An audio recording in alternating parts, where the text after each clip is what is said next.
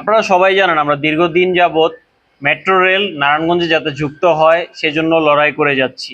আমাদের এখানে সকল শ্রেণীর মানুষ, ছাত্র জনতা, সাধারণ মানুষ, কৃষক, শ্রমিক সবাই একত্রিত হয়েছে গণস্বাক্ষর দেওয়ার জন্য, যাতে নারায়ণগঞ্জে MRT-2 লাইনে মেট্রো রেলকে নারায়ণগঞ্জে যুক্ত করা হয়।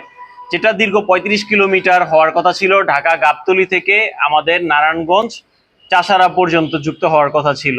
কিন্তু সেই ক্ষেত্রে তারা আমাদের 10 কিলোমিটার নারায়ণগঞ্জকে ডেমরা থেকে নারায়ণগঞ্জ পর্যন্ত যেই রুটটা ছিল সেই অ্যালাইনমেন্ট থেকে তারা এটাকে বাতিল করার একটা চিন্তা ভাবনা এবং পরিকল্পনা করে, যেটা আমরা কখনোই মেনে নেব না।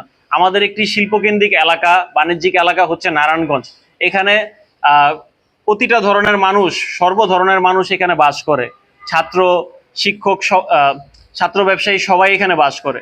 তো আমরা সাধারণ মানুষের চিন্তা ভাবনা করে, যেহেতু এখান থেকে প্রতিদিন 2 থেকে 3 লক্ষ মানুষের যাতায়াত ঢাকামুখী, এবং ঢাকার চাপ যাতে নিরসন হয়, আমরা যাতে বাসের জন্য সিরিয়ালে না দাঁড়াই, যানজট যাতে নিরসন হয়, সেই ক্ষেত্রে সেই জন্য আমরা লড়ে যাচ্ছি প্রতিটা দিন। তাই আমরা এই গণস্বাক্ষর কর্মসূচি বিগত 3 দিন যাবৎ করে যাচ্ছি। তো আমাদের গণস্বাক্ষর কমপ্লিট হয়েছে। আমরা প্রায় 3000 মানুষের গণস্বাক্ষর নিয়েছি। আমরা আমাদের এই গণস্বাক্ষর এবং আমাদের স্মারকলিপি ডিসি মহোদয়কে প্রদান করেছি।